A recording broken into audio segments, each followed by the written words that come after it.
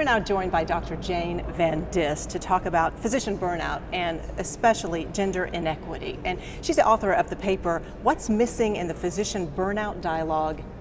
Equity. Welcome. Thank you so much for having me. It's such a treat. Set up the issue for us. There's some really startling statistics involved in this. Yeah. So I began to think about this problem actually just a couple of weeks ago. I was at the district meeting, District 9, I live in California, and we were talking about physician burnout. And one of the physicians in the room noted that he had had 8 physician colleagues in his lifetime who had committed suicide. And the silence in the room that followed, and I know we were all thinking, what happened? Were there family events? Was there the loss of a child, loss of a job? And what I found when I started investigating burnout is that the stressors that oftentimes lead to burnout in physicians are not actually due to problems in their home life. They're actually due to work stressors. And then I started to think about the types of stressors that women physicians face in the workplace. And what I found was that there's a lot of gender inequity in the workplace that could be contributing to the fact that female physicians are more than 2, sometimes 3 times as likely to burn out. So they're more likely to go part-time or leave medicine altogether. And so then I asked myself, why is that? What would be contributing to that marked disproportionate? And I looked at over 10, 12 studies, and they all showed the same thing, whether it was examination of an internal medicine department, a pediatric department, a surgical specialty. In all of these studies, females were burning out at higher rates than men. So what we know about medicine right now, where we are today in 2018, is we know that there's a significant pay gap in every single specialty. So that pay gap is on the smallest end, around $20,000, but up into the surgical specialties as high as $120,000 a year, which ends up being quite a bit of money over the course of a woman's working lifetime. We also know that there are promotion gaps. For instance, in our specialty, OBGYN, only 25% of department chairs in OBGYN are women. We know that 15% of medical school deans are women. So just like the numbers that we're seeing reflected in the CEOs and in America's corporations, we're seeing this very wide promotion gap as well. And then the last component that I wanted to look at was really, what is the culture like for women in medicine? Are there elements of the workplace that lead to feelings of gender discrimination, sometimes unfortunately overt harassment? I mean, Me Too in medicine is definitely a component, and it's one that we as physicians and physician leaders, we have to address this.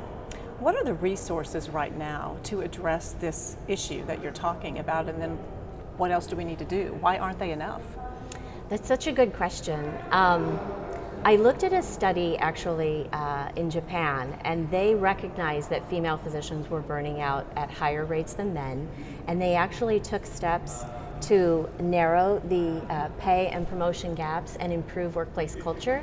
And what they found when they did that was that in fact physician burnout went away or equalized with male physician burnout. So we have some data. We don't have a lot of studies, but we have the beginnings of data showing us that if we can fix this problem, we can potentially mitigate the number of female physicians that are burning out. Interestingly enough, there was a summit in 2016, and 10 of America's leading healthcare organization CEOs got together. And the sole purpose was to try and mitigate burnout. What can healthcare organizations do to help with burnout?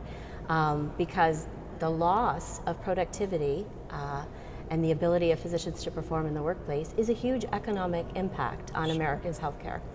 So what they found was that the number one, or their first task that they recommended healthcare organizations do, is to start to measure the effects of burnout, the types of programs that are effective, and the types of programs that are not effective.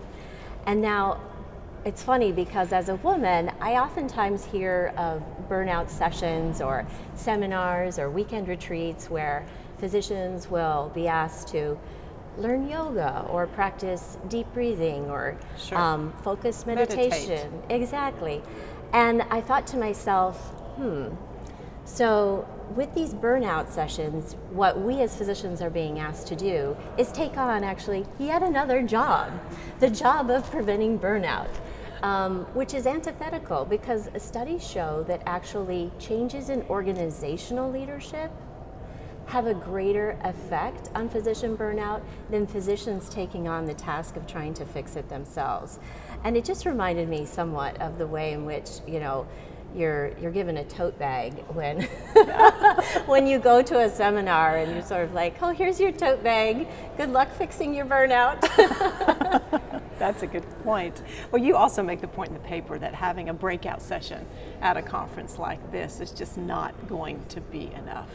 It isn't going to be enough. It's a good start, and obviously there's no harm in the types of reflections that can happen in these types of sessions. But when you have, say, an OBGYN, on average a $40,000 pay gap between men and women, $40,000 would go a long way towards helping a woman to potentially hire some help for herself. We know that women physicians work on average about 9 hours more per week outside of the home than their male counterpart physicians. So that could be a contribution to why women are feeling more burnt out than men. I think fundamentally, in order to maximize the happiness and the productivity of the female physician workforce, of the entire workforce, what we need is what the UK has done recently, which is salary transparency, making sure that we understand where those salary determinations are coming from. We know from a JAMA article, unfortunately, that the pay gap starts in that very first year out of residency, a $17,000 gap between men and women before they've even started their job as an attending physician. And then obviously that gap only grows over time. So we need to have policies in place to have salary transparency. We need to have objective measures by which we promote women and men. And then we also need to examine our workplace culture and find out, are there ways in which women feel either discriminated against, held back? And again, this doesn't apply just to women. This also applies to underrepresented minorities. Okay. So one method that can help improve that as well is having really good sponsorship or mentorship programs to help bring some of those women and underrepresented minorities up in leadership, so that we can see a workforce and a leadership that reflects the population that we are. That's a lot of good ideas. Thank you so much for being with us today, Dr. Jane Van Dis. Thank you so much.